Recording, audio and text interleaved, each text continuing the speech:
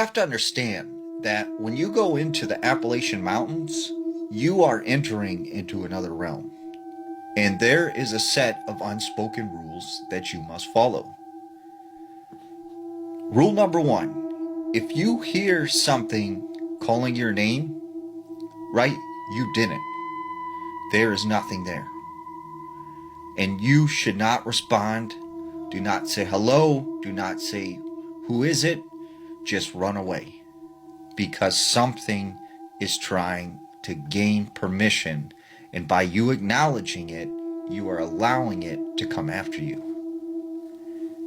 If you hear screams in the mountains, right? You didn't. And do not go towards the direction of the screams to try and help. Because once again, something is trying to lure you. If you see people, you don't. If you hear crying, you're not hearing it.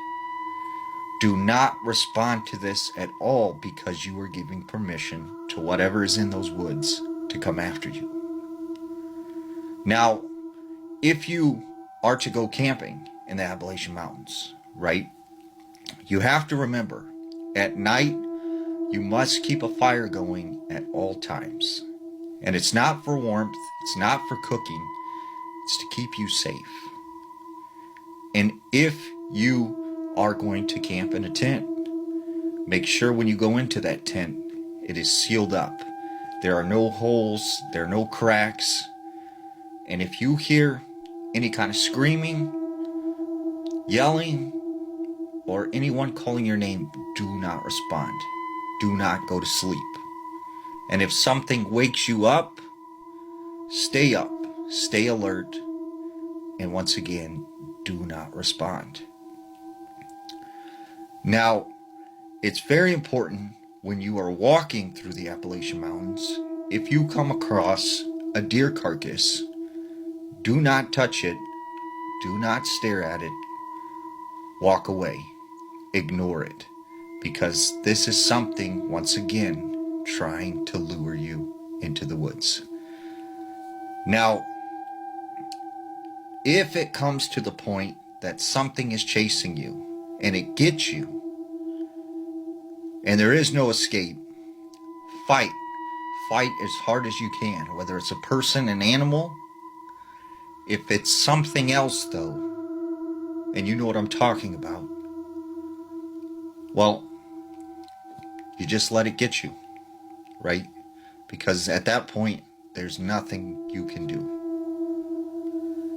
And there's an old saying, you go into the Appalachian Mountains with 2 bullets, right? You fire the first one at something that isn't a person, that isn't an animal. And if it doesn't run away, you know what to do with the second one. The most terrifying legend that I ever heard was that of the Stick Indian. Now, the Stick Indian comes from the Northwest Native American tribes. And to them, they do not like to talk about this thing. But I heard one story that comes out of Washington State. There was this girl named Serena. Now, Serena and her 6 friends decided for her 18th birthday that they were going to go on this camping trip. So they headed out towards Mount Rainier to this spot that they had camped several times before. They get there, they set up camp, and they start drinking. Well, it starts to get late, and they build this really big campfire. As they're sitting around the campfire, they begin to tell ghost stories. And one by one, each person goes and tells a story. Well, it gets to Serena. And Serena says, this is a story that my great-grandmother told me. It's an old Native American legend. Apparently, there were these things called the Stick Indians. Now, the Stick Indians were this normal tribe that lived peacefully amongst the other tribes. Until one year, they had this very bad winter. And there were no rabbits, no deers, nothing to hunt. So they began to starve. And they lost all this weight. Their skin, was pulling up against their bones. Their eyes sank into their face. They started to lose their hair. And all that would remain were these little strands of stringy, long black hair. Their nails and teeth began to break and crack. And their voice started to go hoarse and sounded very shrilly, almost like screams. Eventually, they got to the point where they became so hungry that it drove them insane. And this one particular day, they hear whistling coming from a nearby tribe.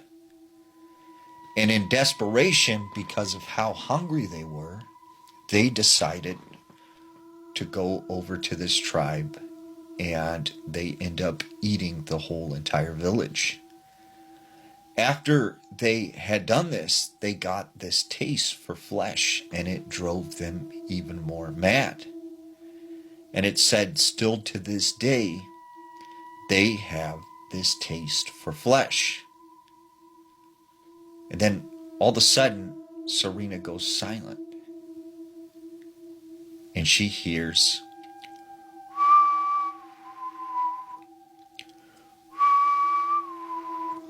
whistling.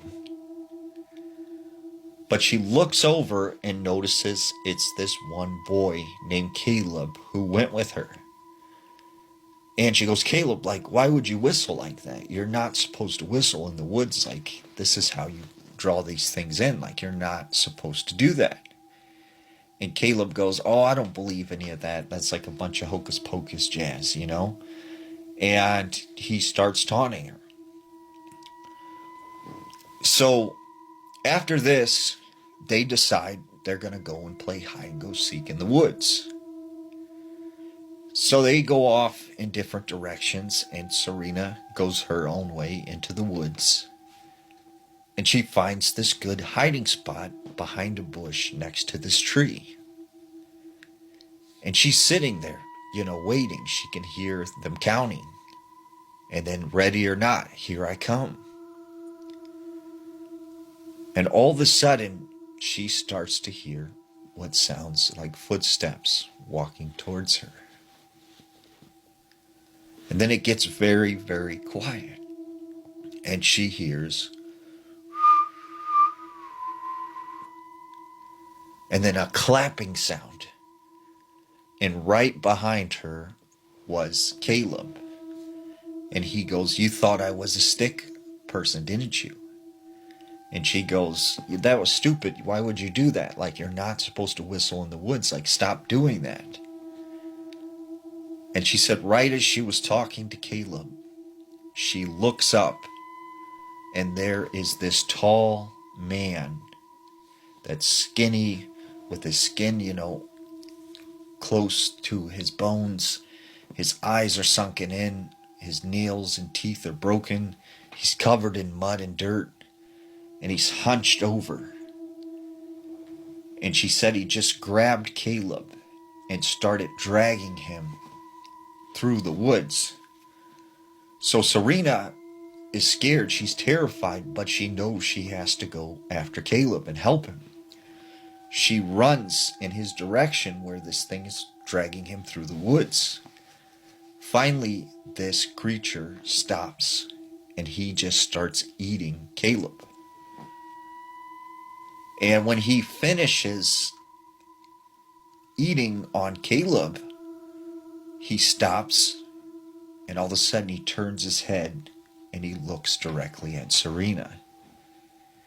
He's got blood on his face. He's got what looks like pieces of flesh in his teeth. And he starts crawling towards Serena.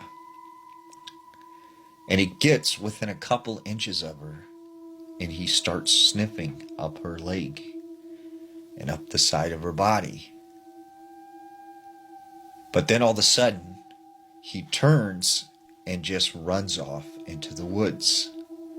And as he's running away, all you hear is...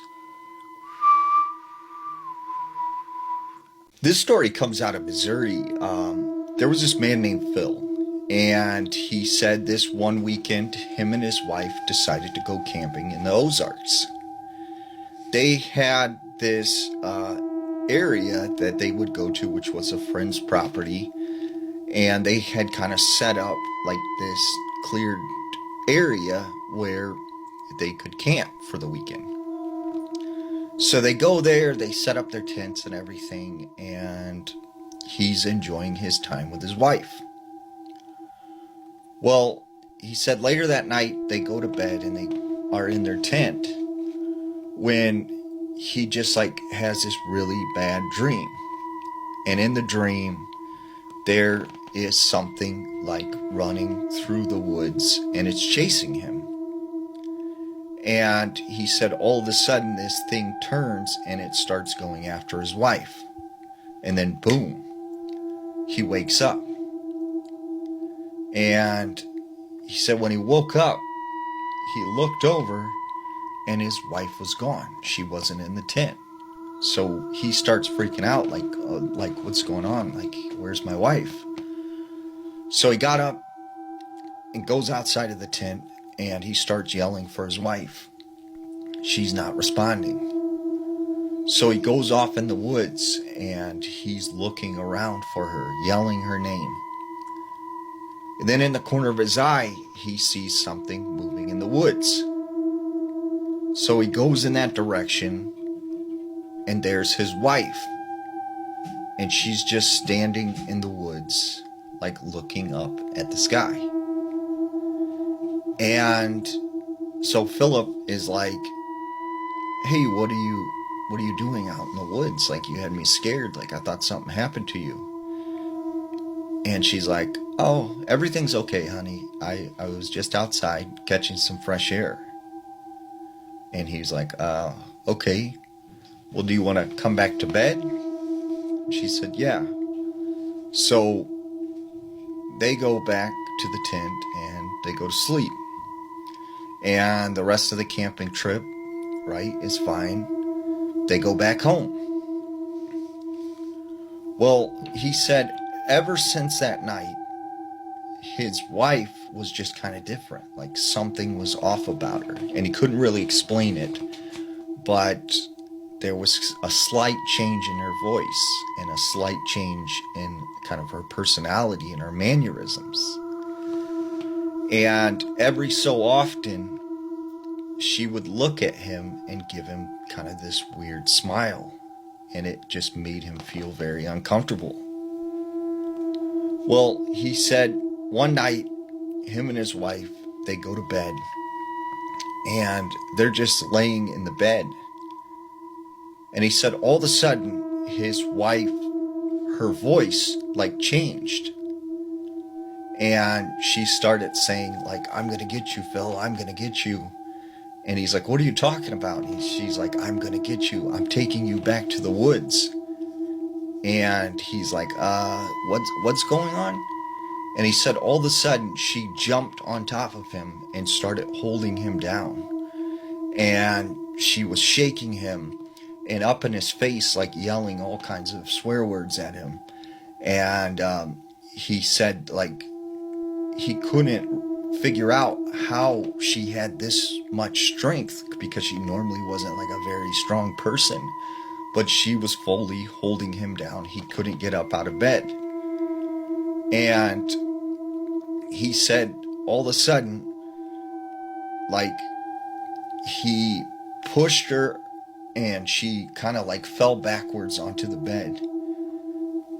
And he said the next thing he knows, he sees this light leave her body and then go out the hallway. He hears the front door open and then close. And this wind kind of just blew through the house. And then he said everything was silent. And his wife was like, what's going on, honey? And she was like normal again. and she was completely confused about what had happened, and she couldn't remember anything up to that point when they had went on the camping trip. And he felt like something had taken over his wife. I don't know if you remember the urban legend of Momo, right? It was this terrifying looking pale creature with these big bulbous eyes and this, creepy smile, the body of a human, but the legs of some kind of bird. And the legend goes that this thing messages people and tells them to do bad things. And they actually did a whole write-up on the news and everything about this and warned people that there was this legend going around. Now, although it was made up on the internet, it actually had some basis in reality. There was a story out of Illinois State University. There were two students who were living in a dorm at the time. Now, this one student went on to say that him and his roommate would sleep every night with the window open because they would sleep hot. And he said this one particular night he was asleep, his roommate was asleep across the room, and he said he just remembered having this very vivid dream of this pale white creature with long hair and big bulbous eyes and the legs of a bird just staring at him. And he said they were staring face to face. And the next thing he knows, he said he woke up, and that's when he realized it was just a dream. Except he noticed the blankets he had over him were now on the floor, and the bathroom light was on. So he said, what? Well, is my roommate in the bathroom? But he looks over and he sees his roommate is in his bed. So he said that's when he started to hear like this whispering sound, and it was coming from the bathroom. So he gets up, he goes over to the bathroom, and when he slowly looks through the doorway, there's nothing there. So he's like, that's weird. He turns off the lights. He goes back to his bed and he lays down. Well, he's kind of freaked out by this, and he said he got this feeling like he was, being watched. So he decided to pull the blankets over his head. He said after laying there for, 15, 20 minutes, he just felt like something or someone was in the room. So he slowly pulled the covers down, and as he looked over in the direction of his roommate sleeping, he sees this tall white creature standing over his roommate. And he said, he couldn't help but let out this sigh. This creature turns his head really fast, looks at him, jumps off the bed, and walks over to him very awkwardly. And he said this thing got right within his face, and he could feel the breath of this thing on his neck. And then he hears his roommate make some kind of sound, and he said this thing just turned and went out the window. And he said his roommate, was woken up and was like, hey, what's going on? Like, everything all right? And he said to his roommate, like, hey, can we close the window, man? Like, would it be all right if we close the window? So he closes the window, and they both go, like, back to sleep. The next morning, he tells his roommate what happened, and his roommate's, like, shocked because he's like, I had the exact same dream last night. And from that night on, they decided to sleep with their window closed. Australia has its version of the skinwalker. And the Aboriginal people, they refer to it as a Mimi spirit. Some people have also called it the Mim Mim light. And there's even a cryptid known as the Bunyam, which is said to be the shape-shifting being who lives in water. Now, it differs from the American version because it's a lot of times seen as a ball of light, an orb of light. And it often lures people deep into the bush.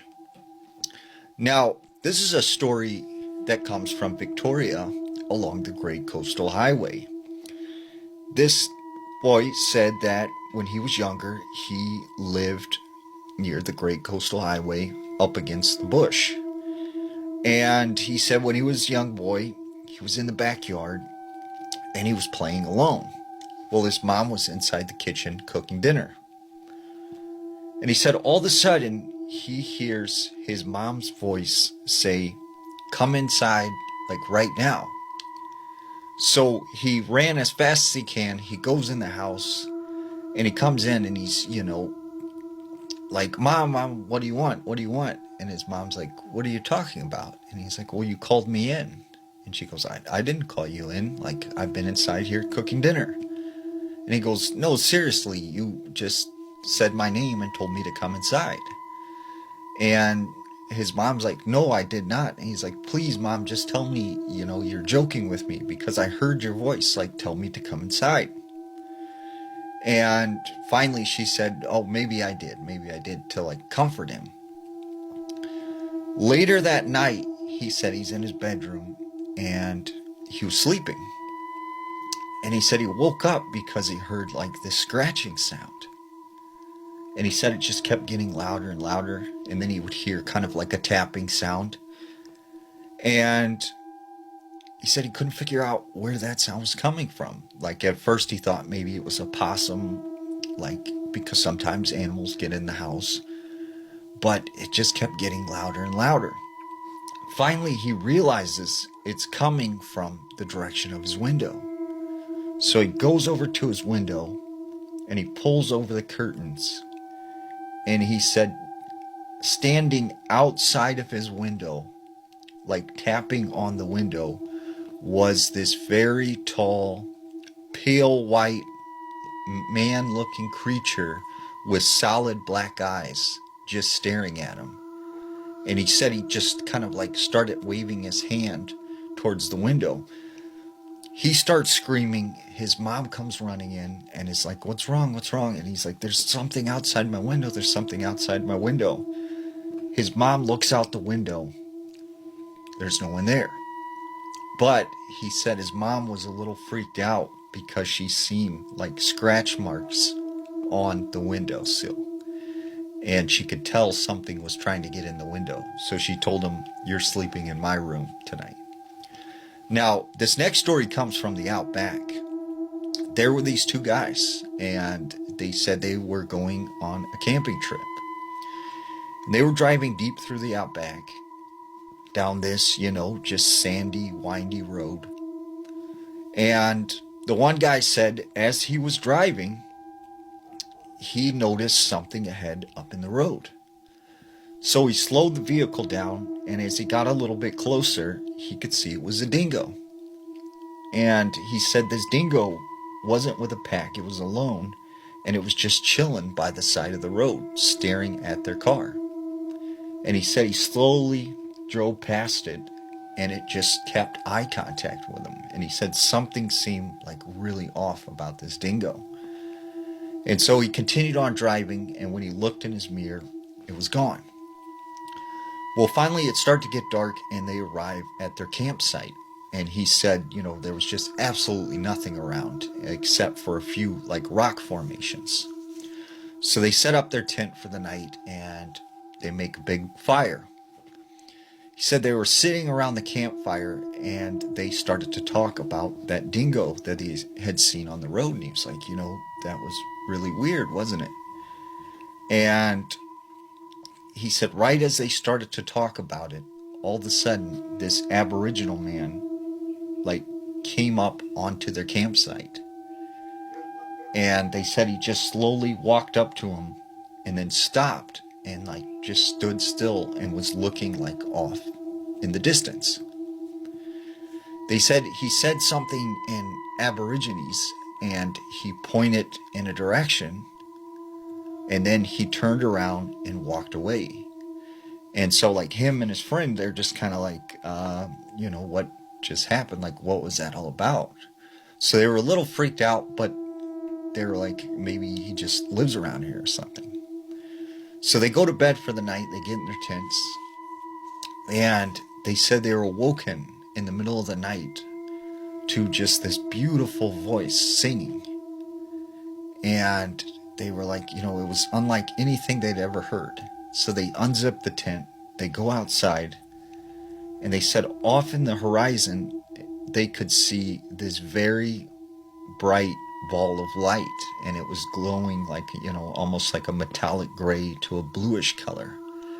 And they said it was just sort of moving back and forth, up and down. And the one guy, he starts walking towards this light, and his buddy's like, no, don't go near it, don't go near it. And he's like, I have to see this thing. And he said his buddy, got a little distance ahead of him, and all of a sudden this light flickered out, and he said at the same time his friend was gone. And he got back in the vehicle, he left, and he traveled all the way back to the nearest town, reported his friend missing. They searched for weeks, could not find this guy, and still to this day they have not found this person. Now, this last story, it also comes from Southeast Australia. And there were these two friends who said that they went hiking in the bush, and they stumbled upon this beautiful watering hole. So they were going to go swimming. Well, one of the guys says, I need to go somewhere off here and find a place to use the bathroom. So the other guy just kind of stood there by the watering hole. And he said all of a sudden he sees this beautiful woman with no clothes in the water. And he said she was just kind of twirling her hair, and she was looking at him and smiling and waving. And he said all of a sudden she started waving for him to come to the water. And he didn't know why, but he said he felt entranced. He started walking towards the water. He gets within about 3 steps of the water, and he said all of a sudden his friend yells at him, hey, what are you doing? What are you doing? Get away from the water. And he said that's when he turned around and looked, and he said what was this beautiful woman was now this very large black looking fish type thing with arms, and this thing just had its mouth open, sticking out of the water. And he said all of a sudden it just submerged itself and disappeared into the watering hole. And so him and his friend we're out of here, and they took off. So what do you think? Have you ever experienced something strange in Australia?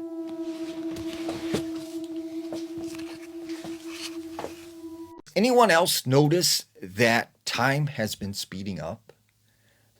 Just the other day, I didn't even realize that it was Christmas in a couple days, because to me, it still feels like it's October.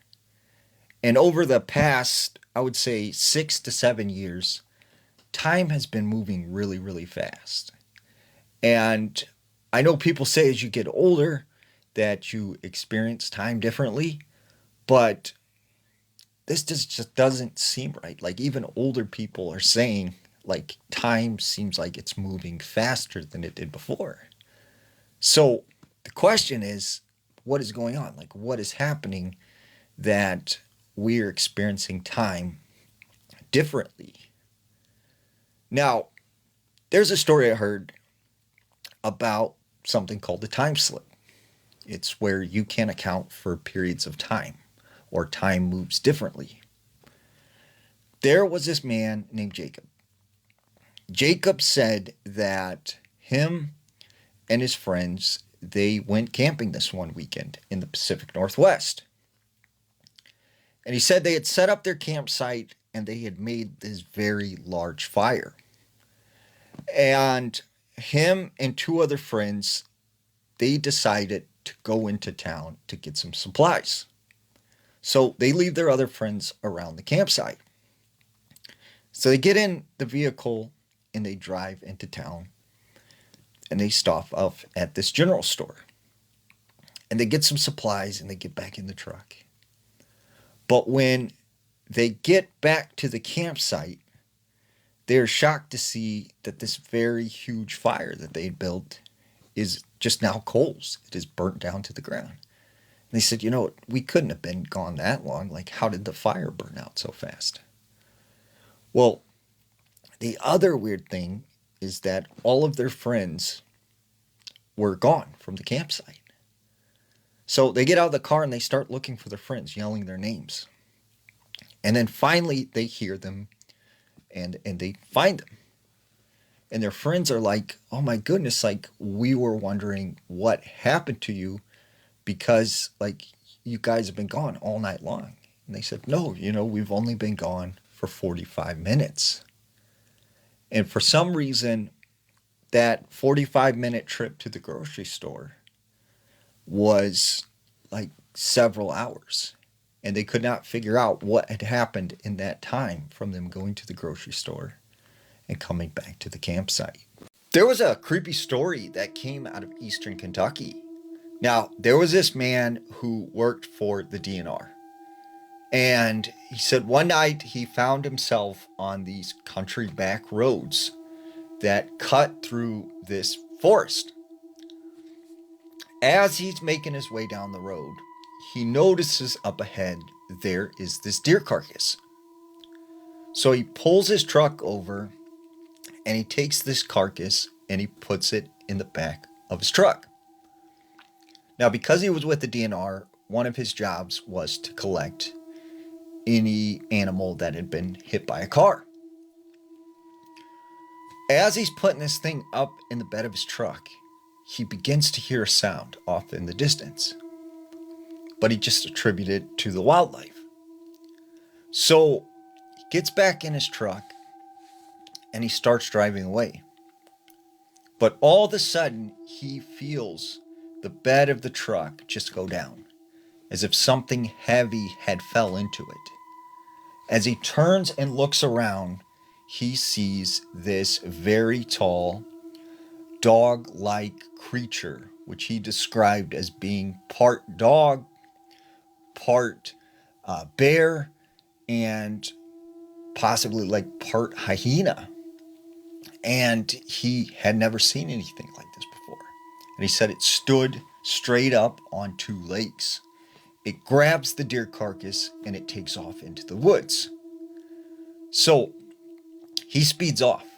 And at the time, he thinks this is just some sort of animal.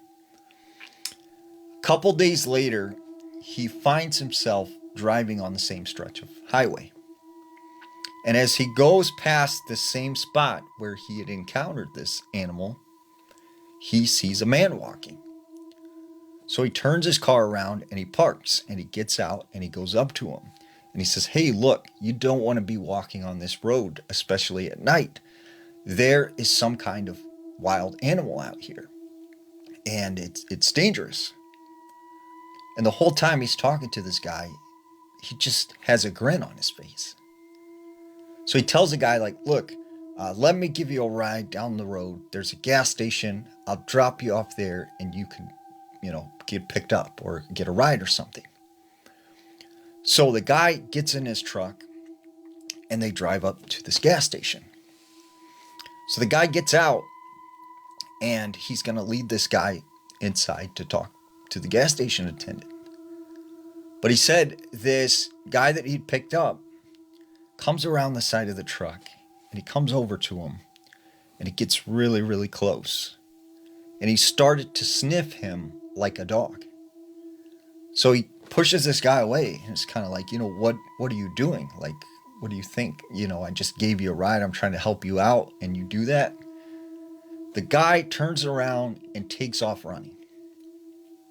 So he thinks, okay, that was crazy. So he gets in his truck and he goes home. Later that night, he's in bed. He awakes to the sound of something messing with the front door. And he can hear the handle jiggling. So he goes and he grabs his sidearm. And he gets the phone. He calls the police. And as he waits in his bedroom for this intruder to come into the home, 15 minutes pass. And it goes quiet. And whoever it was, it seemed like they left. So he goes out into the hallway and he kind of tiptoes down. And he gets to the living room he notices the front door is open. So he grabs, onto his side piece. And he hears this sound in the other room, like something is scrummaging through this bedroom. And just then, the police show up. And you can hear the police saying, come out with your hands up in the air. And whatever this was, it booked it out of the bedroom and it flew right out of the front door. And it looked exactly like the thing he had seen 3 days prior. And so when he goes out and talks to the police and he's like, you've seen that, right? Like that was not any known animal we see around here. However, the police were adamant that it was just a bear.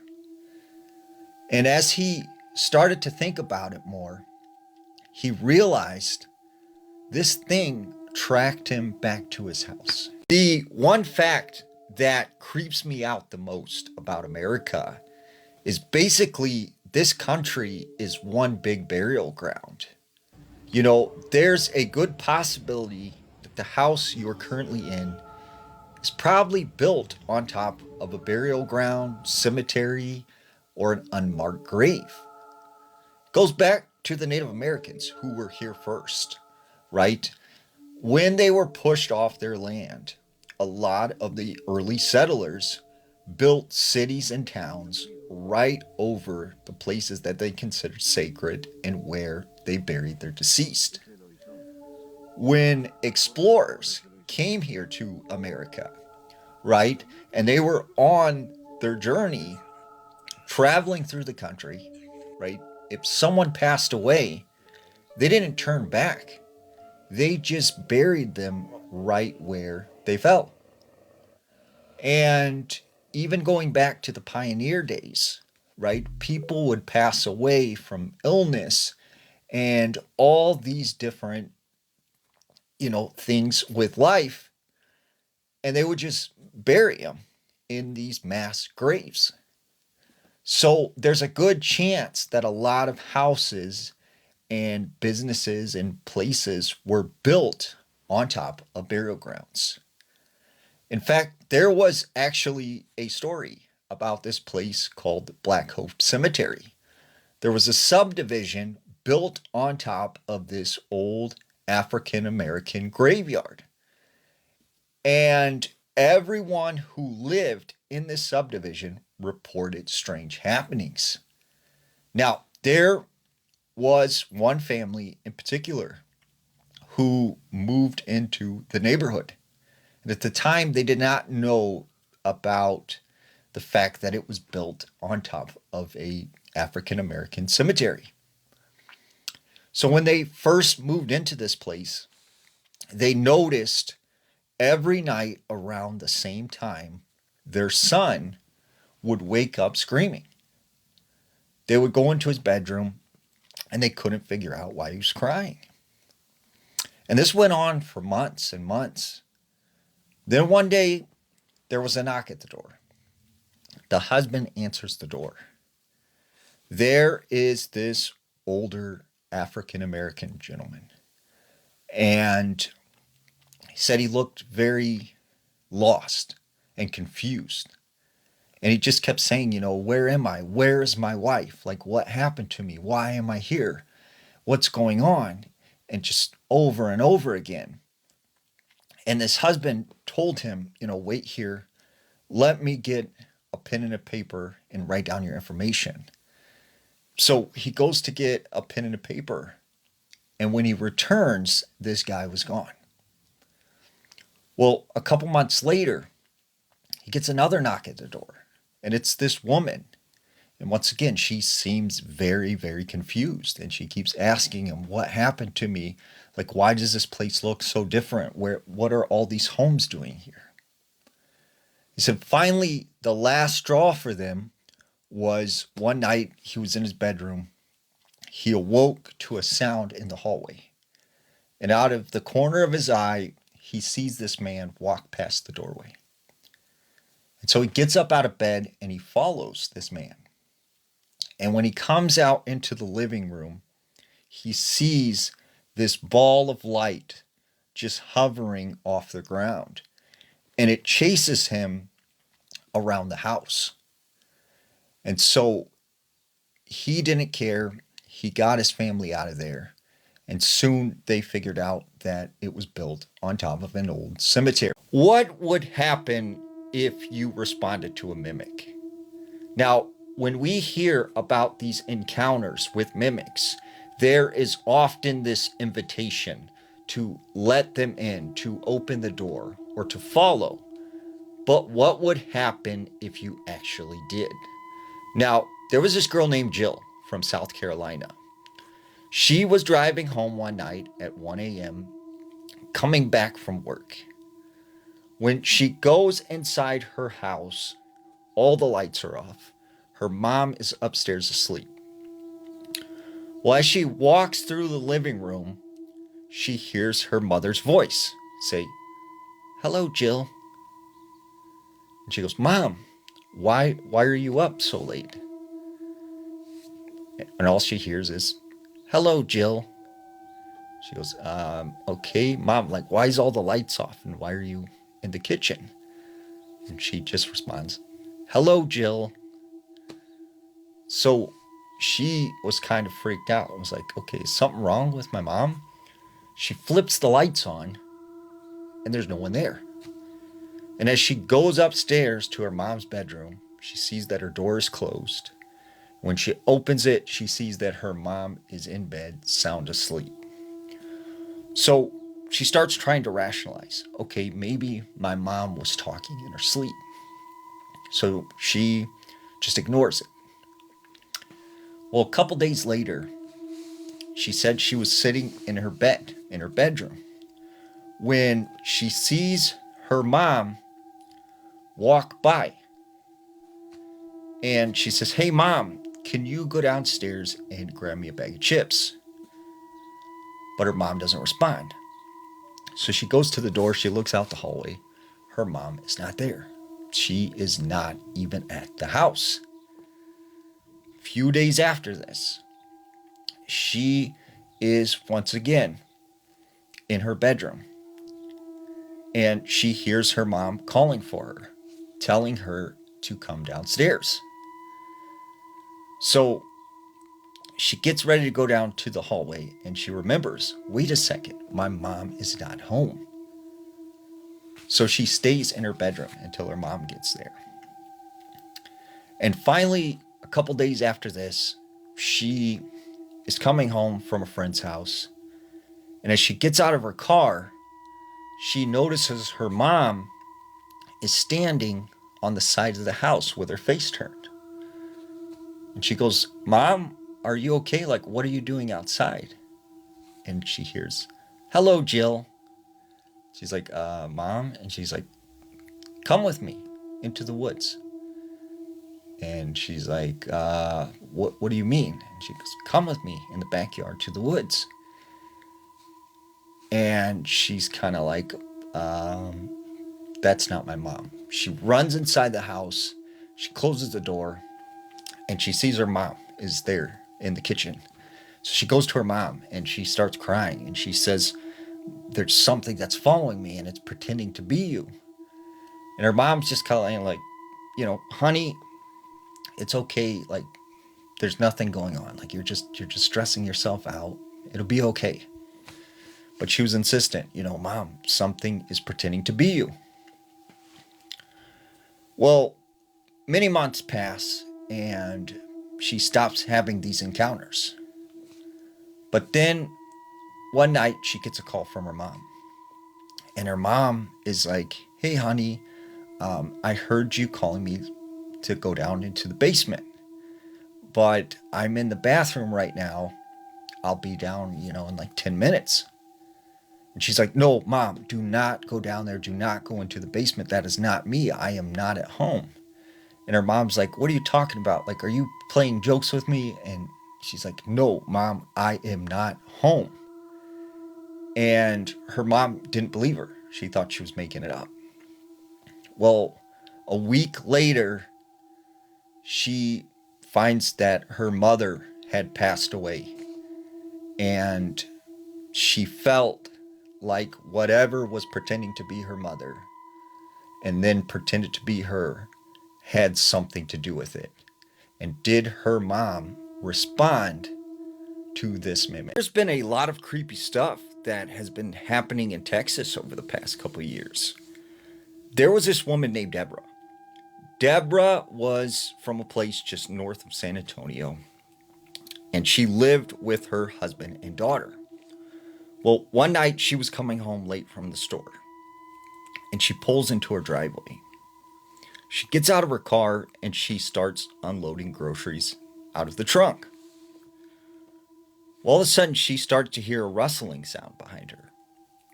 And out of these woods that were across the street from her house, she sees 3 children walk out.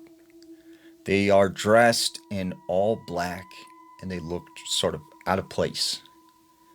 They proceed to walk up to her, and they have sort of this soft spoken voice. Ma'am, can we play with your daughter? Can we come inside and hang out with your daughter? And she's like, who are you? Like, where did you come from? They don't say anything. She goes, look, my daughter is like asleep, and it's late at night. Like, what are you guys doing out? Where are your parents? They don't respond to that. They just keep asking her, can we come inside and play with your daughter? So she's like, look, no, you cannot. Like, I don't know who you are. It's late at night. Like, you need to go back home. But they kept on, like, taunting her, saying, let us play with your daughter. And as she kept telling them no, they became more and more aggressive. So they started to yell insults, and they started cussing her out. And she runs inside and gets her husband. Her husband comes out there thinking, like, who are these kids? When he gets outside, there's no one out there. So he comes in and he tells his wife, like, are you sure you've seen kids out there? Because it's just completely quiet. There's no one out there. But she's insistent that these kids were harassing her, asking to play with their daughter. So after a few weeks, she kind of forgets about all this. And she's at home one day. Her daughter's in the bedroom. And she overhears her daughter, like, laughing and giggling, like she's hanging out with someone in her bedroom. But she knows that it's just her and her daughter. So she calls for her daughter. And when her daughter comes to the living room, she asks, hey, like, what's going on in your room? Like, is there someone here? Like, why are you laughing and, like, giggling like you're playing with someone?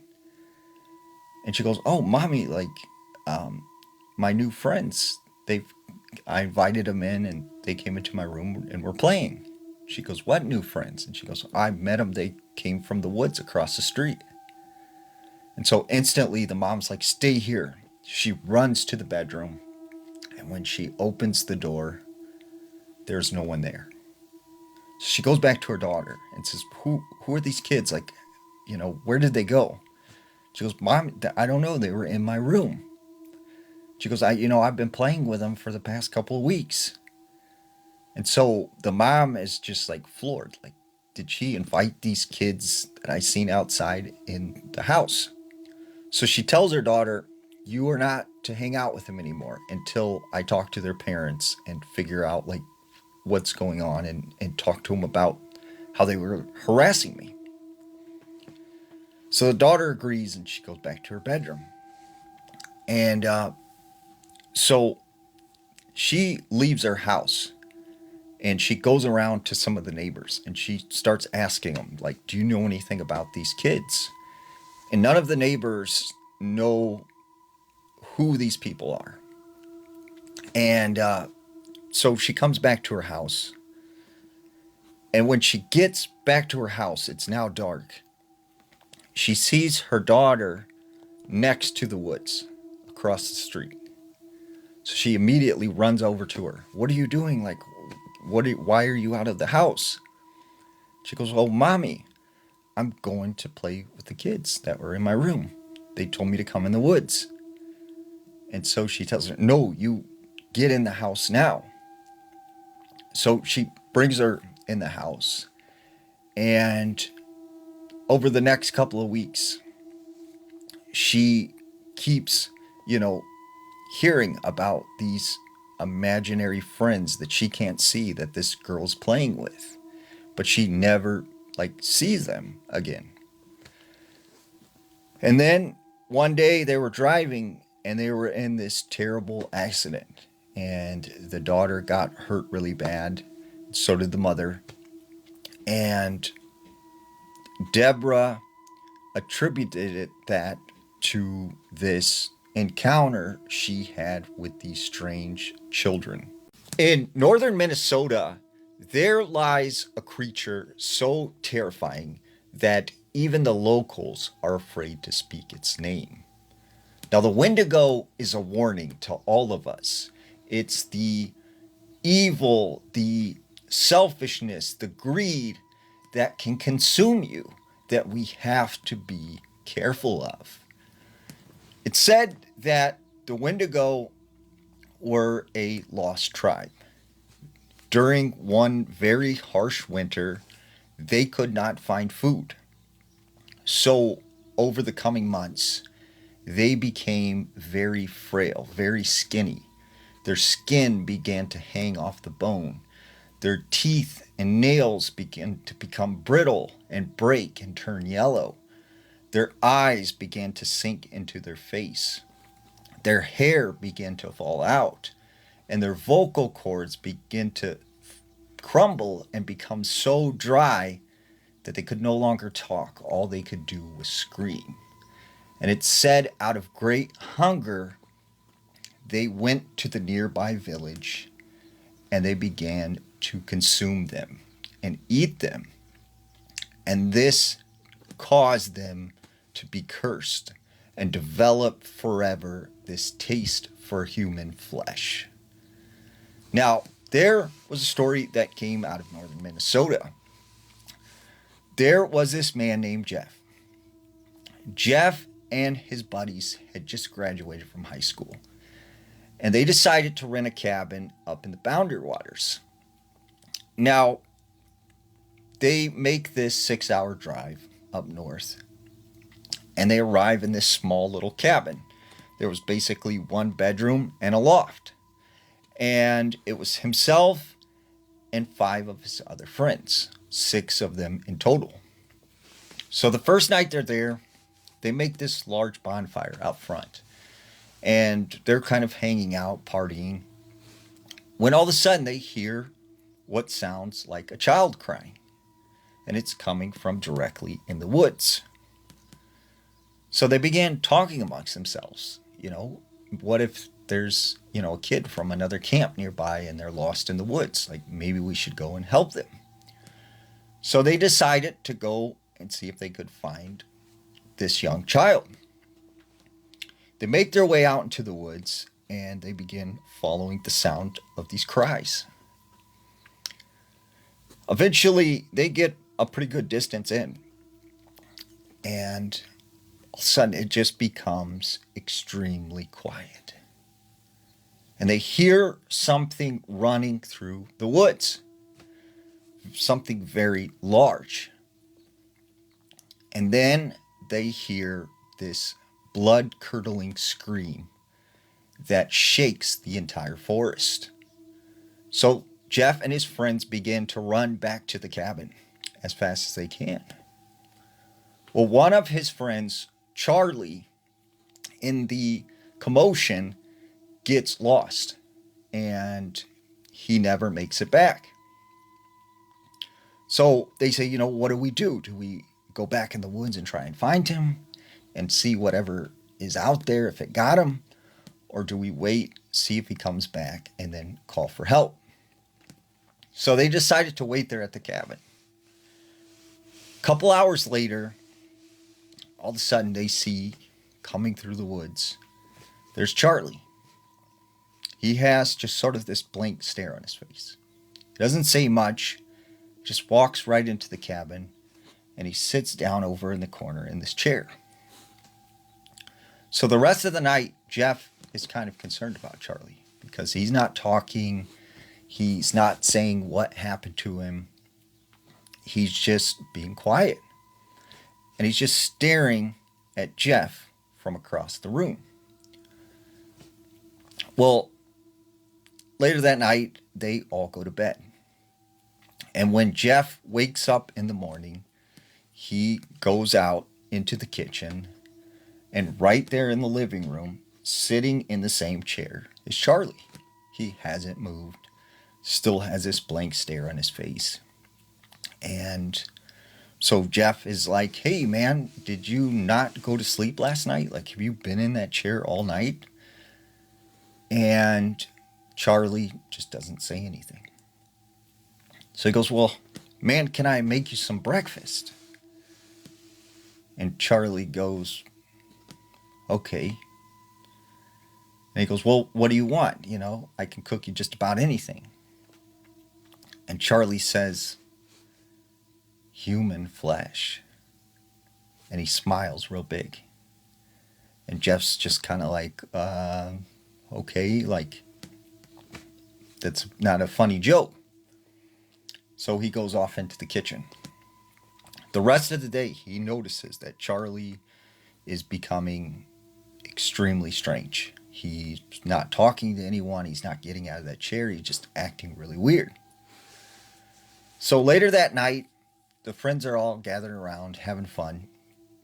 And they decide, let's go out and play sardines, which is basically hide and seek at night. So Charlie finally gets up and he goes with them.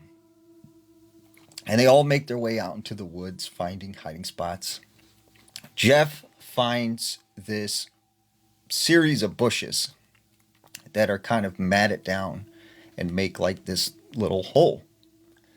And he crawls in there and he gets down on his hands and knees and hides. After about 10 minutes, he can hear his friends off in the distance. But then he hears footsteps, the shuffling of feet getting closer to him. And that's when he sees a pair of legs standing right in front of where he's hiding. So he slowly kind of slips out of this hole. And when he looks up, there is Charlie. And Charlie is just staring at him. And he's like, hey, why don't you go hide somewhere else? Like, they're going to find me if we can't both hide here. And Charlie said, come here. And he's like, oh, okay. So Jeff comes out of this, bush, and he stands up and he looks Charlie right in the face. And Charlie said, they're here. Do you hear them? And Jeff's like, hear what? And just then he could hear the sounds of footsteps of stuff moving through the forest. And it sounded like it was all around them. He said, we're very hungry. And he grabs Jeff by the arms and he pushes him up against the tree. And he said, I'm sorry, but I have to eat you. And right at that moment, as he looks at Charlie's face, he could see that it's very different. He now almost looks like a decaying corpse. And he sees these bright, glowing yellow eyes staring him directly in the face. But thankfully, right at that moment, he hears his friends. They have come looking for him.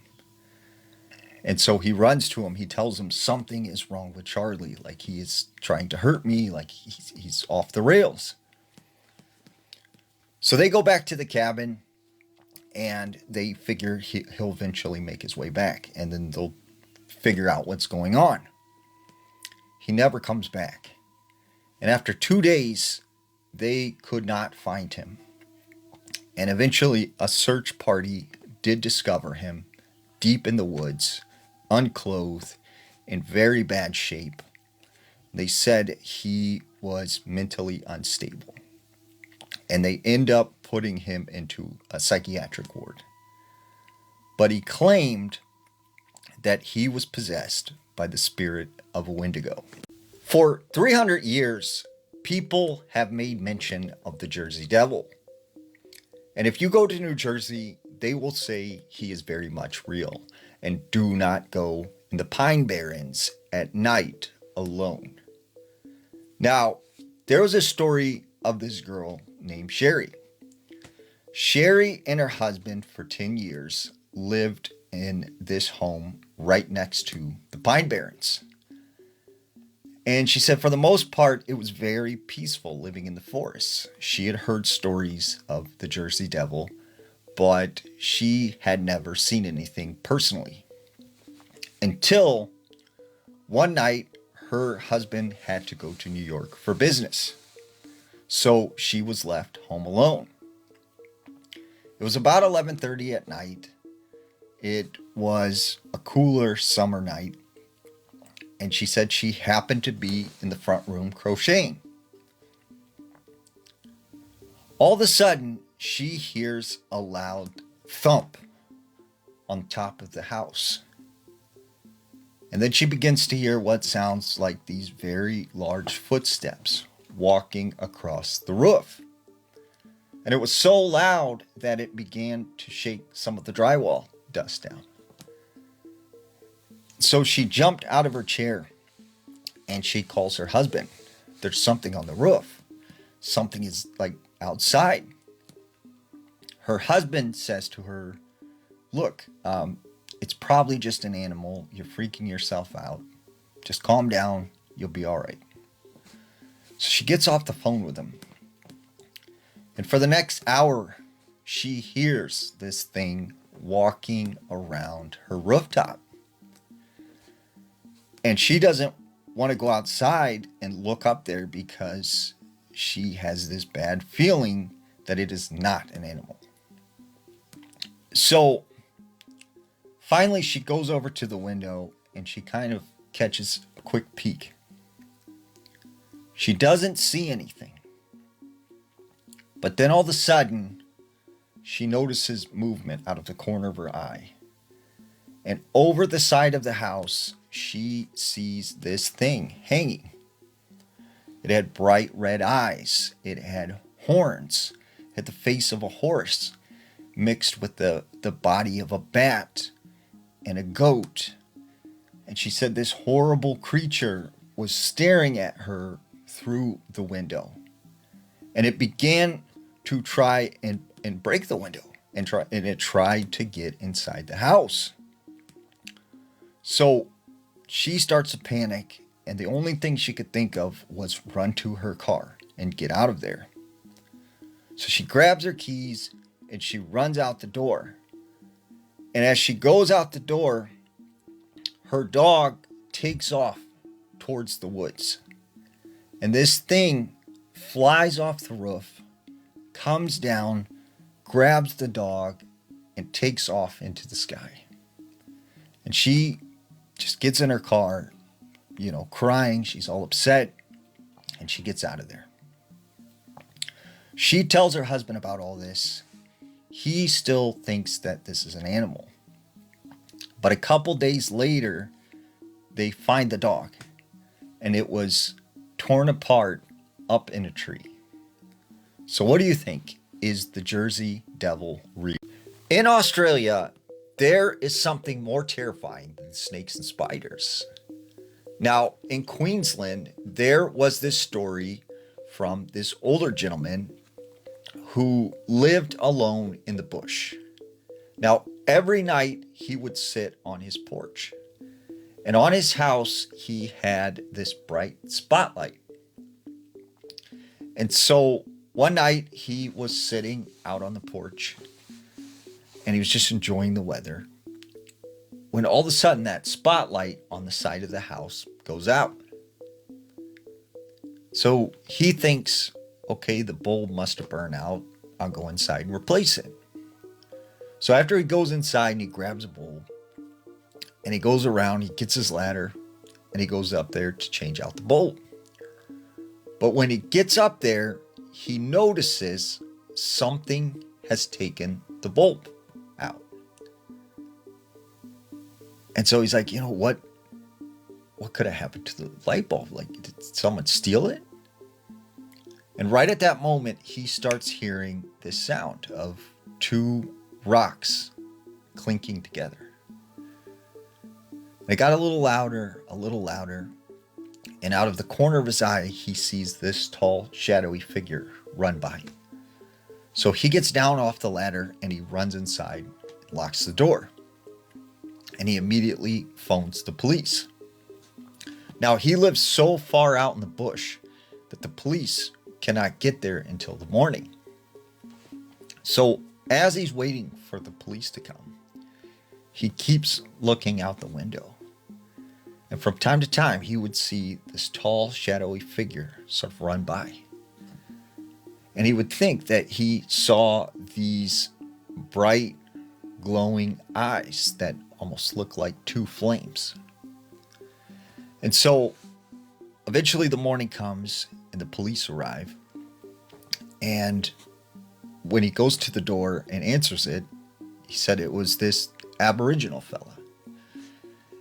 And the officer begins talking to him, and he explains to him, something stole the light out of my spotlight, and I began seeing these shadowy figures, and I could hear the sound of two rocks clinking together. And this officer just gives him this very serious look. And he says, that's weird, because my people, we have this story of something we call a malinge. And he said, well, what's that? He goes, well, he's this tall fella that has very hard skin, almost like a rock. And he walks sort of very awkward. And it said his knees slap together. And he doesn't like any sort of light. And most of the time, he'll, avoid you. But if you make him angry, it could be very bad. But he said, that's just a legend. We make up to scare the young kids. And so after the officer left, he just couldn't help but think did I make this thing mad by having that spotlight up? So that night, it started to get dark, and he went back out on his porch. And as he sat there, looking out off into the distance, he began to hear the sound of rocks clinking together. Clink, clink, clink, clink.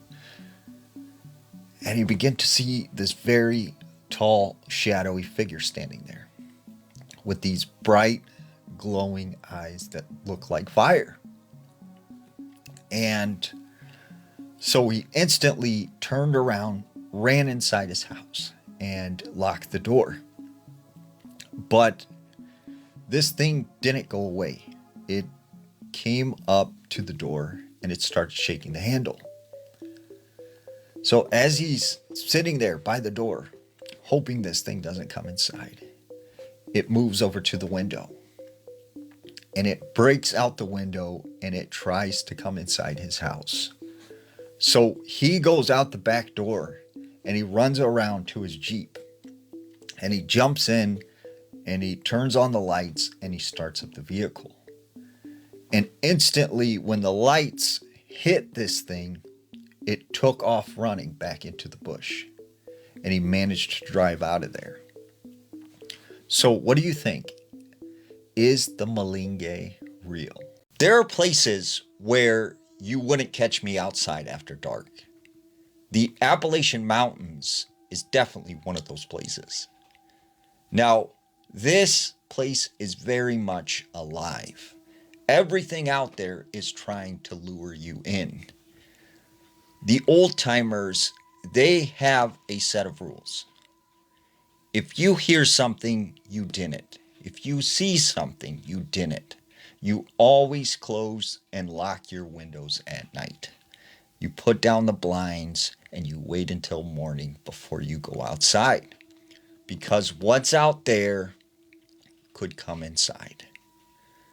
Now, there was this man named David. David and his family got this land lease down in North Carolina. And his plan was to spend a few days going mushroom hunting with his family. So him, his wife, and his son, they set off on an 800-mile road trip. And they find themselves deep in the Appalachian Mountains. So the first night, they get there and they set up their campsite. Instantly, David began to feel uneasy. He felt like he wasn't welcome. And he decided, though, because they had paid so much money, that they would just rough it out. So that night, him and his family, they go to bed in the tent. And after about midnight, David wakes up. And he has this bad feeling in the pit of his stomach. When he looks over, he discovers his son is gone. And the door to the tent is unzipped. So he instantly runs out of the tent. And he starts yelling his son's name. And then he sees his son. He's over by the wood line, near some trees. So he runs over to him and he grabs him and he goes, what are you doing out of the tent this late? Like, it's not safe. And his son just looked at him and then pointed in that direction. And as David turns his head and he looks, said he sees this tall looking creature duck behind a tree. And so he grabs his son and he says, get in the tent right now. So he goes in there with him, and all night he stays up. He's scared. He didn't know what that thing was, but he knew it was trying to get his son.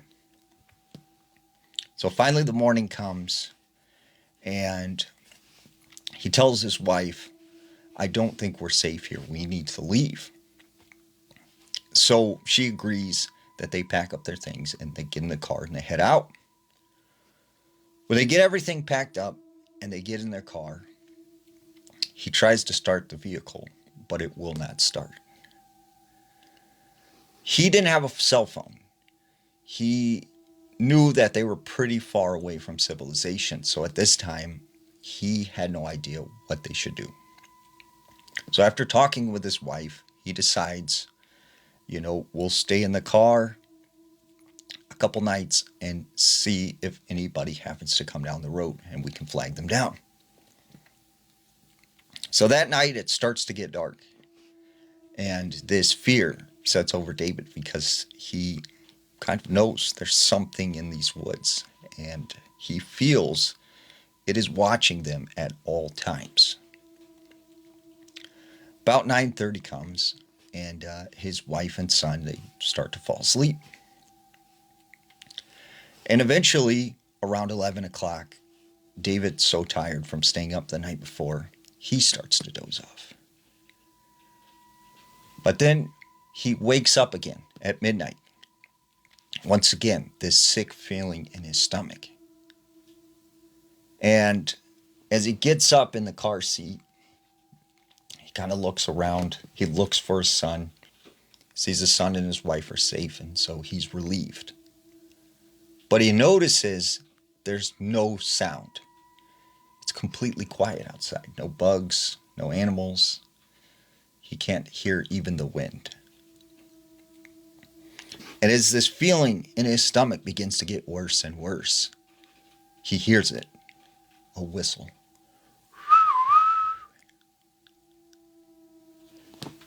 He eagerly looks around, wondering where that sound is coming from. And then once again, and he said right at that moment, his wife and his son, they begin to talk in their sleep, both at the same time. And they are saying the same thing over and over. He's gonna get us. He's gonna get us. He's gonna get And they did this for 5-10 minutes. And then it grows silent. The rest of the night, he stays up. He doesn't go sleep again. And finally, the morning comes. Now, he starts telling his wife, like, we need to figure something out. We need to get out of here because something is off about this place. So he tells his wife, I'm going to hike. I think maybe I can get about 8 to 10 miles today on foot. And maybe I can find a house, maybe I can find a car, and we can get help and we can get out of here. So David doesn't want to, but he leaves his wife and son behind. And he tells them, lock the car door. So he takes off on foot, and he begins to hike down this highway, hoping he would see a car, hoping he would see a house. For several miles, there's just nothing but forest. Well, eventually it started to get dark. And he knew that it probably wasn't a good idea to be hiking on this highway in the dark. So he goes over to the side of the road and he makes a fire. And he's sitting by the fire. He can't sleep. He's kind of still afraid. And that's when it started to get quiet again. And he knew something was wrong. And then he hears a sound. Daddy, Daddy, please help me. Daddy, please, Daddy, he's got me, Daddy, please help. And so David instantly jumps up and he takes off running towards the sound, thinking somehow his son is out there and he needs help. And he's running as fast as he can through the woods, but he starts to get disoriented. Everything starts to look the same. Finally, he gets out to this clearing. And he could see the moon shining down. And he starts to think, wait a second, like my son and my wife, they are miles back that way in the car. There's no way my son could be out here. And that's when he hears it again.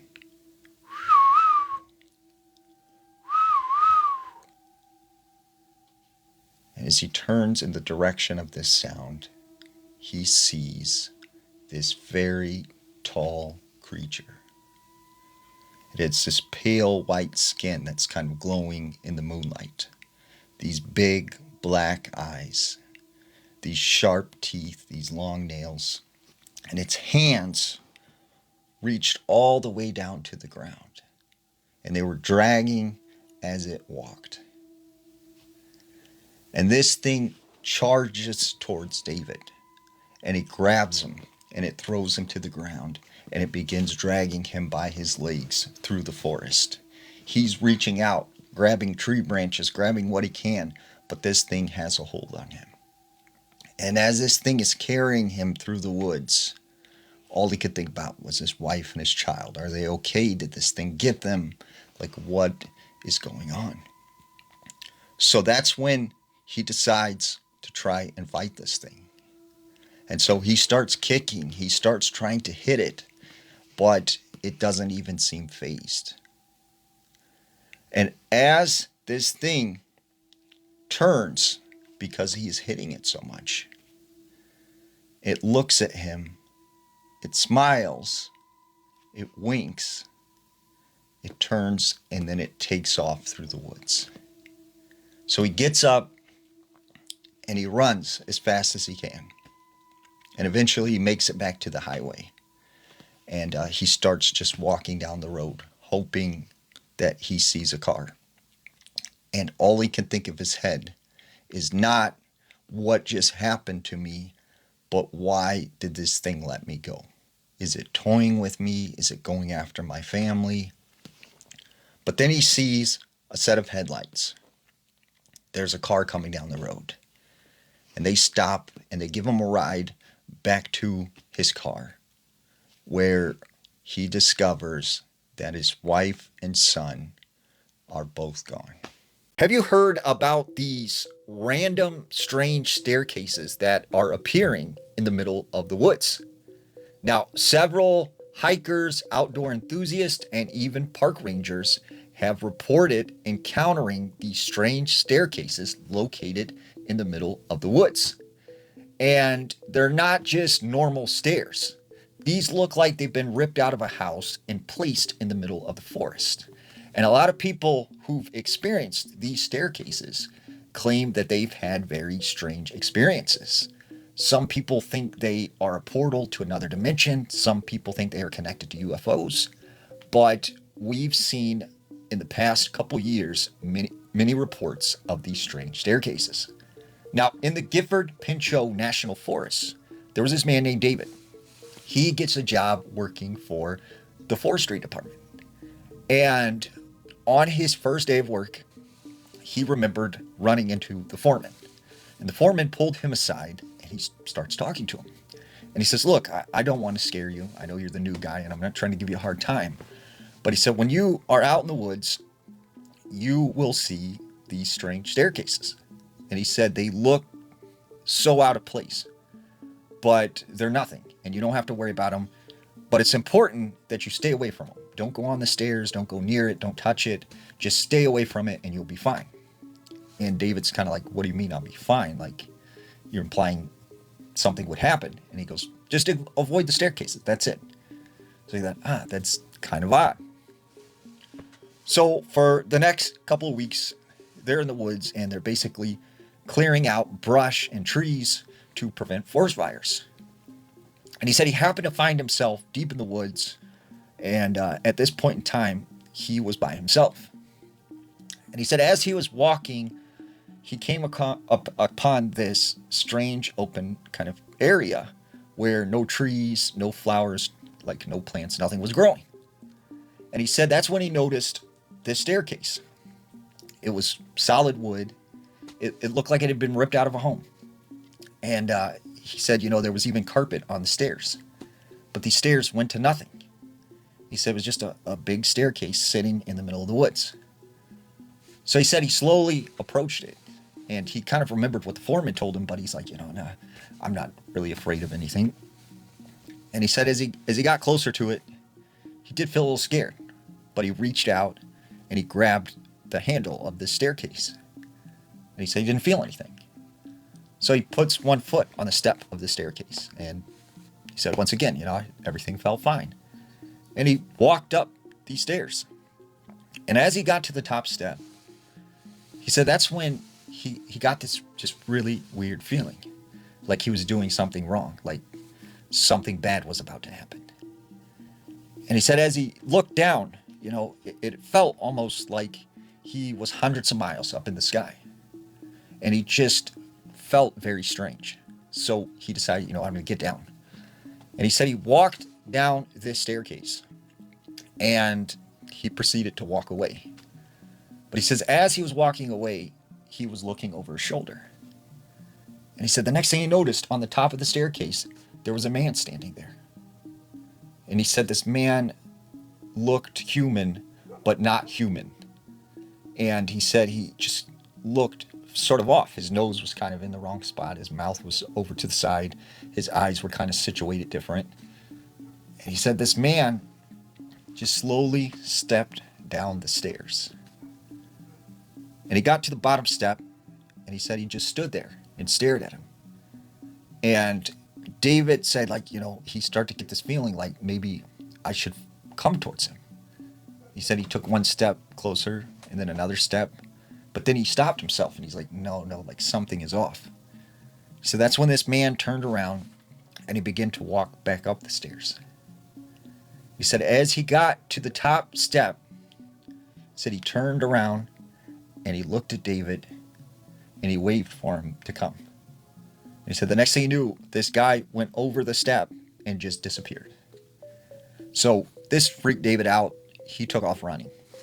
And he runs back to the other workers and he ends up seeing the foreman. But the foreman has this angry look on his face. And he knew somehow that this foreman knew he had went near the staircase. So all of a sudden the foreman runs up to him and is like, hey, did you go on that staircase? Did you touch that staircase? And he was like, yeah, I just didn't know what it was. And he goes, how did you know that I was on that staircase? And he goes, because one of the workers went missing and we can't find him. And he told David, I'm going to have to let you go. Like, you can't work for us anymore. And he always wondered what those staircases were, what it went to, and why it was there in the middle of the woods. Have you ever swam in a body of water at night?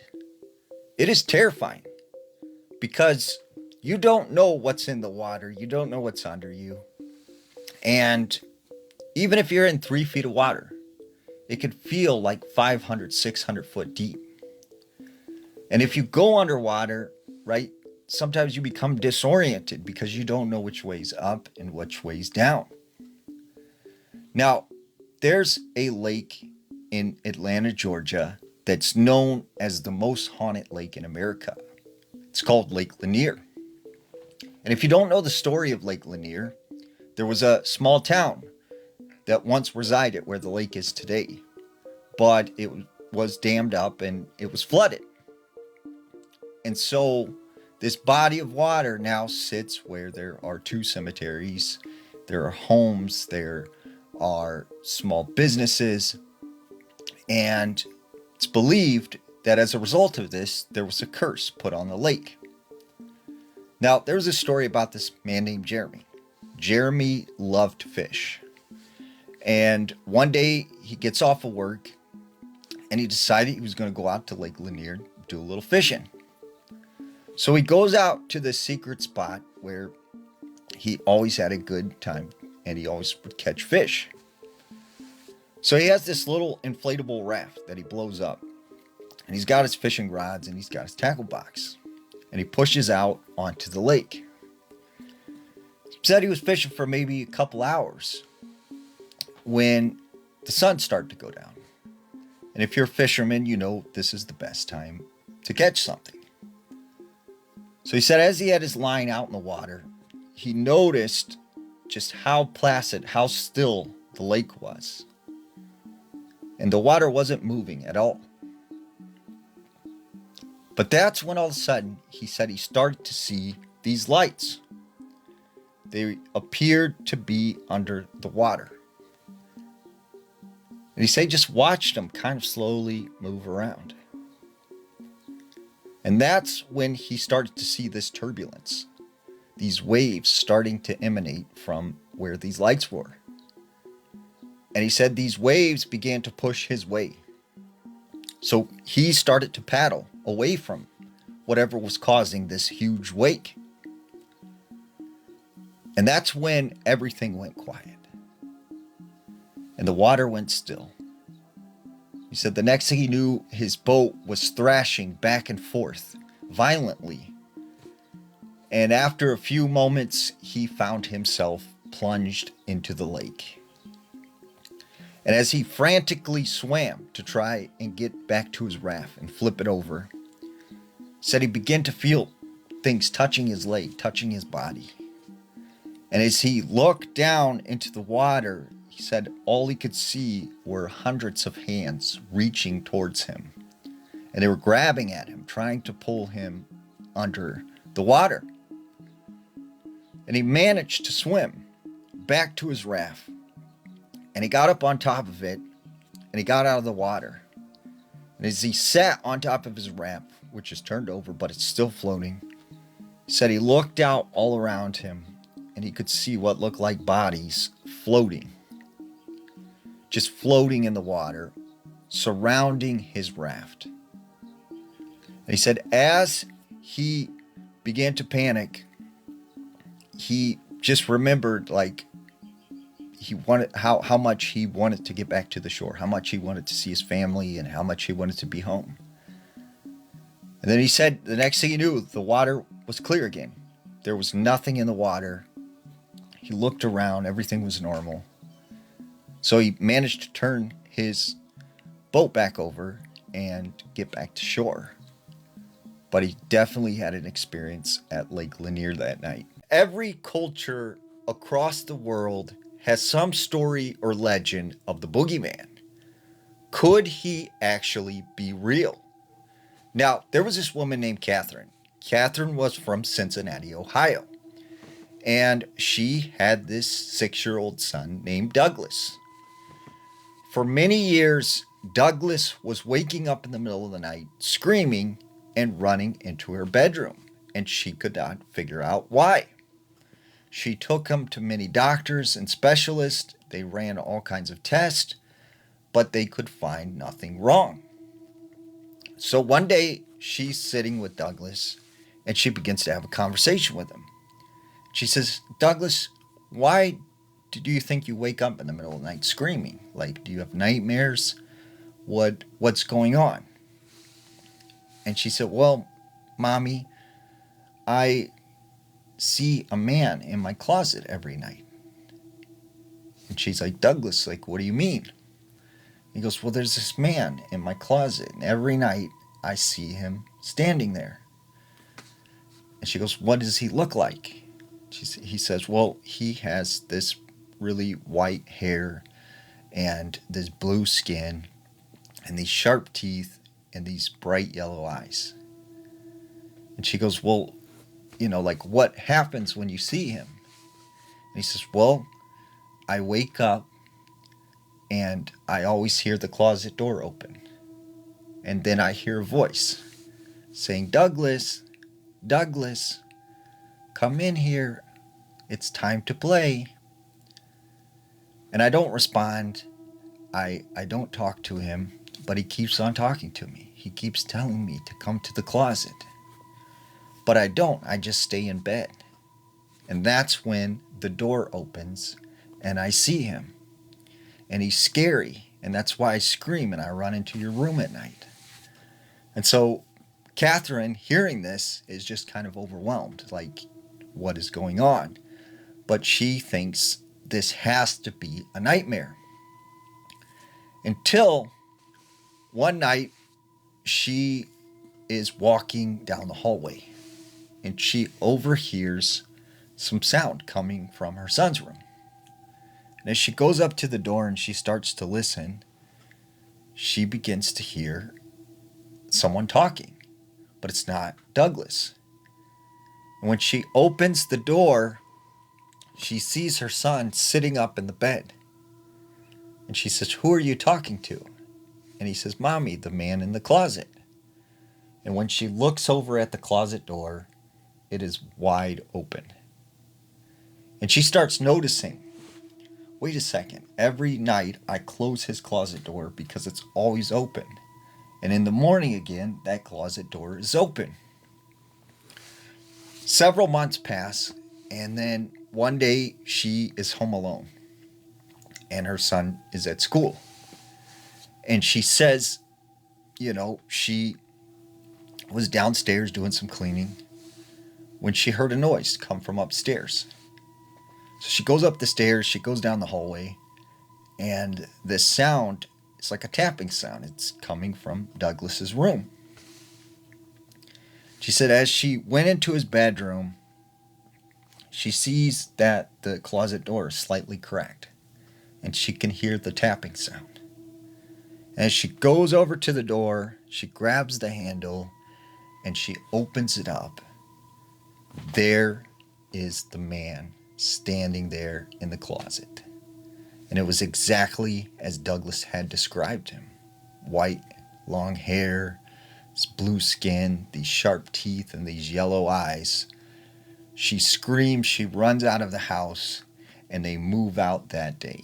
If mimics are real, then they probably exist in this one specific spot.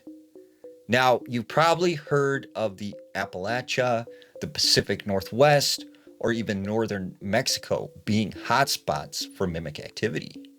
But this one specific area has more reports of encounters with these mimic-like beings than any other place in the world.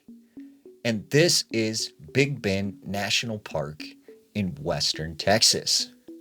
Now, there was this man named Cole. Cole said during this period of his life, he was attending college in Kansas. And it had just became spring break. He had about a week off of school, and he was looking for a place to stay because he wasn't getting along with his parents. So he had this grandmother that live near Big Bend National Park.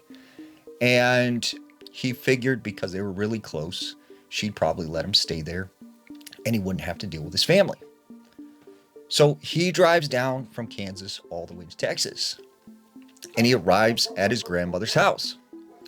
When he gets to the front door and he knocks, he doesn't hear anything. His grandmother doesn't answer. So he tries for the handle, tries to open the door, but the door is locked, which is unusual because his grandmother always kept the door unlocked. So he knocks again, and he knocks a third time, and still no response. So he figured maybe she's doing something, she can't hear me. Now he knew in the backyard there was a hiding spot where there was this key. So he goes around the house, and when he gets to the backyard, he notices that the back door is wide open. So he immediately runs inside the house, and he's like, grandmother, like, are you here? And he doesn't hear her. When he goes into the kitchen, he sees his grandmother. She is turned around, facing the cabinets, and she's doing something with her hands over and over again. So it kind of looked like she was clapping or doing some kind of game. And he says, hey, grandmother, it's Cole. I'm home from college, and, I'm so excited to see you. I was hoping I could stay here for a week. She doesn't respond. She just keeps doing this thing with her hands.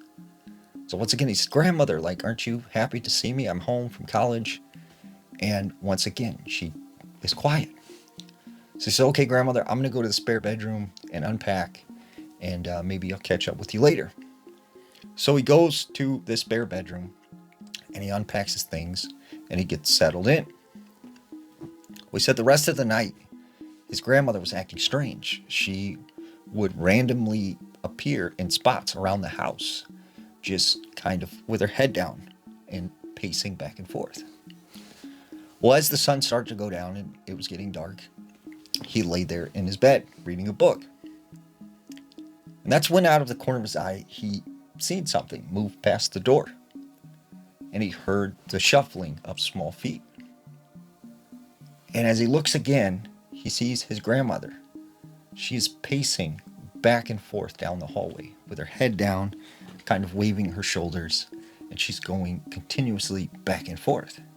So he's like, Grandma, like, what are you doing? Are you okay? Like, is everything all right?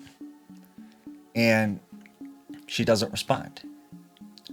So he thinks to himself, okay, maybe she's just not feeling good. So eventually he falls asleep, and in the middle of the night, he's awoken. And as he gets up and he turns over, he sees his grandmother standing right next to his bed, staring at him. She has her head down, and he said she got this big grin on her face. And then she began to laugh hysterically. Ah, ha, ha, ha, ah, ha, ha, ha, ah, ha, ha, ha, like he had never heard before. And he said she just started swaying back and forth, just staring at him. So he jumps up out of bed, and he runs out into the hallway, and he goes into the living room, and he's like, something is wrong with my grandma. And he takes a second, he calms himself down, and he's like, I need to go back in and figure out what's going on. So he makes his way down the hallway, and he goes back into the bedroom. And that's when he sees grandmother. She's over in the corner of the room with her head down. And he's like, Grandma? Like, Grandma, are you okay? He said that's when she started laughing again, hysterically. And the next thing he knows, she turns and she lunges right at him. And he had never seen an older person move like that or jump like that. So he took off running out the door, all the way out of the house. He jumps in his car. This whole time she is chasing him. As he gets the car started, he drives off. And he gets a ways down the street. And as he turns and looks out the back window, he sees his grandmother is still following and running along behind the car. Eventually, he loses her. And as he's driving down the road, he grabs his cell phone. And he says, I got to call my parents. Something is wrong with Grandma. So he calls his mom. And he's like, Mom, there's something going on with grandma. Like, you need to get down here, and or maybe we need to call someone. Like, something is going on. And his mom's like, Cole, what are you talking about, honey? And he goes, there's something wrong with grandma. I went to her house and like she's acting strange. She goes, Cole, you know, grandma always goes for like 2 or 3 weeks to New York this time to visit family. And he said immediately his stomach sank because he knew that wasn't his grandmother.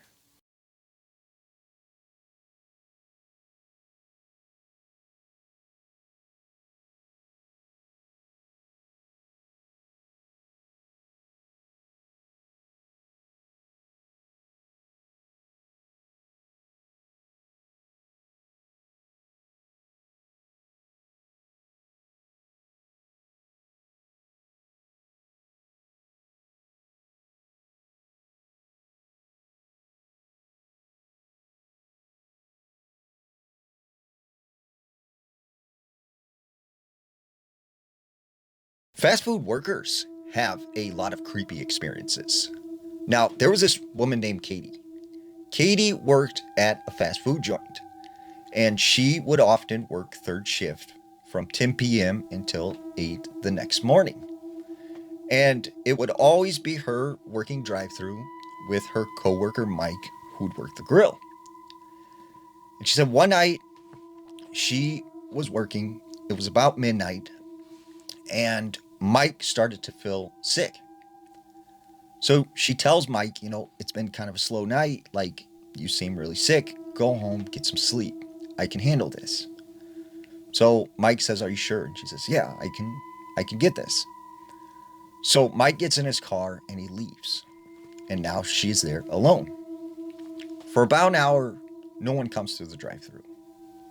But then all of a sudden, she hears the drive-thru thing alert her that someone is there. But when she goes over to the screen where she can see the camera, there is no one there. But the headset turns on by itself. And that's when she starts hearing someone talking to her. But she's looking at the camera and she can see absolutely no one is out there. And she hears this voice that sounds eerily familiar. It is her voice. And her voice is telling her to come outside of the restaurant, that they want to show them something. And she goes, no, I cannot come out. Like, I'm working. Like, I cannot leave the building. And over again, they keep telling her, come out of the restaurant, come out of the restaurant. But she doesn't see anyone in the camera. And she is like, who is this? Like, am I someone messing with me? So she finally takes the headset off and starts like just walking around. It's like, okay, I need to just clear my head. Like, maybe I'm just imagining this. So then she puts the headset back on. She says, hello, are you still there? But it's not, there is no one there. And as she looks at the camera again, there was no one out front. So she goes back to the front of this restaurant and she starts preparing some fries. As she's making a fresh batch of fries, she got this feeling like she was being watched. And as she turns and she looks out the drive-through window, she sees a girl staring at her. She's standing in the parking lot and she's looking directly at her. And she's like freaked out, who is this girl? Why is she here? Like, what is going on? She said all of a sudden this girl just kind of pointed at her and made a circle with her finger. So she goes to the back of the kitchen and she is like, what do I do? Like, is this real? Is this what's going on? So she said she went back into the front and she looks out the drive-through window. There's no one there.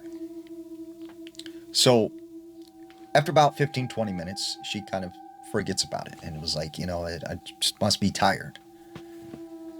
As she's in the front again, working on something, she gets a feeling like she's being watched again.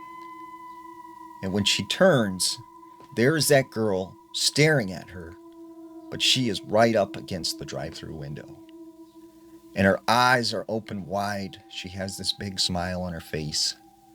And as Katie can clearly see, she is looking at a mirrored version of herself. And she said the girl just waved by and then took off running out of the parking lot. So the next day, she tells her manager about all this. And as they roll the security cameras, they can see absolutely no one in the parking lot. And she still to this day believes she had some kind of encounter working third shift at the fast food restaurant.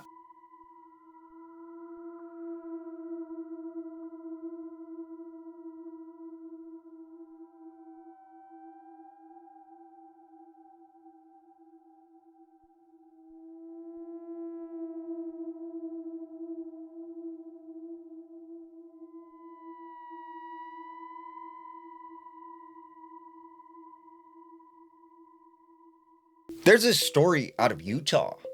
There was this hunter who was east of Salt Lake, up in the mountains, on this 100-acre hunting preserve. And one night he was up in his tree stand. He had basically been out all day long. It started to get dark when he catches sights on this very large deer. And he sees it coming through this field. And as he's watching this thing, it looks directly at him, and then it takes off running into the woods. Well, it was almost as if something had scared this deer. And that's when this hunter realizes it had just gotten very quiet. And so he started to get this uneasy feeling like he wasn't alone. And then he hears a voice calling up to him saying, "Please help me. I'm down here. Come down from the tree stand." And he looks over the stand and he sees the back of someone kind of hiding to the point where he can't see his face. He can't see the front of him, but he can see the back outline of him. So the hunter is kind of like petrified because there's not supposed to be anyone out there. And once again, this man calls up to him, "Please help me. Come down from the tree stand." So he says to this man, "Look, I don't know who you are, so I need you to step away from the tree stand, step back to where I can see your face and I can see your hands." But after he says this, it goes quiet. So he looks down from the tree stand again. There's no one there. So as he's sitting up in this tree stand, he starts to wonder, what's going to happen? Do I get down from the tree stand? Do I take off back to camp? Or do I stay up here and have the higher ground? After about 20, 30 minutes, he doesn't hear or see anything. So he thinks, okay, I'm going to run as fast as I can and make it back to camp. So he gets down from the tree stand and he just starts running. And as he's running through the woods, he begins to hear something behind him. As he looks around, he can see this man. He is following him and he's gaining on him quick. So he runs a little bit faster and he keeps looking over his shoulder.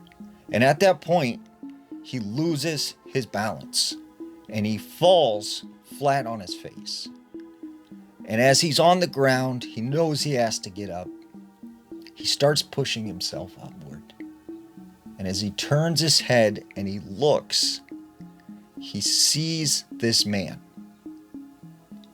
And this man looks exactly like him, except his face is slightly rubbery. His hair is slightly off. His eye color is different. But it's the exact replica of him. And right at that moment, he thinks this is it. But then he hears his buddies yelling his name. And they come running to him. "Are you all right? Is everything okay?" They said, "We got worried because you didn't come back to camp. So we wanted to check on you." And as he looks around, this man was gone. But he still, to this day, is haunted by the image of this man who looked exactly like him. The most terrifying hiking trail in the United States is located in Tennessee, in the Appalachia, a place called the Norton Creek Trail. Now, the Norton Creek Trail is about an hour from Knoxville, Tennessee, and probably about 20 minutes from Gatlinburg. Now, this trail goes through the Smoky Mountain National Park, and this area has the highest concentration of old pioneer cemeteries and abandoned homesteads that you can actually visit. This area is known for ghostly apparitions, orbs, people disappearing. There is a famous story about a pioneer settler who went looking for his missing daughter on this trail and actually was found unalived. Now, the creepiest legend, though, in this area is that of Spearfinger. Now, Spearfinger is this old Cherokee legend that there is this witch who they described as being sometimes 40 feet tall, having skin like rocks, and this long, sharp finger that is shaped like a spear. And the creepy thing about Spearfinger is that she could shapeshift. She could be anyone, your auntie, your cousin, your best friend. And she could be walking right behind you. You turn around and she sticks her long spear finger into your back, rips out your liver, and eats it. Now, this story comes from this same general area.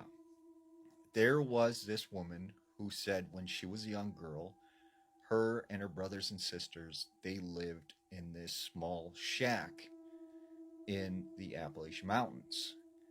And she said, they were very poor. So this house was, not that big. They all shared a bedroom. And they said their father had to leave them alone for a couple days. So their auntie came to stay with them. So they said, one night they're hanging out with our auntie and they're joking, they're having a good time. When all of the sudden, they said the air just got stale. And they could feel almost like a cold breeze blowing into the house.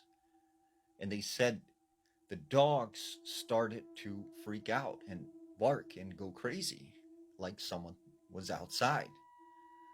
So the auntie got really, really nervous and really scared. She takes the kids and they all go up into this attic where the father had made kind of like a safe area for them to hide if anything were to ever happen. So they're all sitting up in the attic, and there's, this tiny little hole that they could see down into, the downstairs. They said all of a sudden the door opened up, and they said in walked this little old lady. And they said she just kind of, was touching everything around their house. And she said all of a sudden, this old woman started saying, "Come out, children, come out. I've got something for you. Come down here. I want to tell you a story." And she started, acting like she was this concerning old woman who wanted to give the kids, stories and candy. And so the kids started to say to the auntie, like, "Can we go down there? Can we see her? Can we see her?" And she's, "Quiet, just be quiet." And the more they resisted, the more this woman was like, "Come down here, kids, come down here. I got something for you. Like, I have some toys." And, they're like, "Oh my goodness, we don't have no toys. Like, we should go down there. We should go down there." And the auntie's like, no, fighting with them. saying like, you have to stay up here in the attic.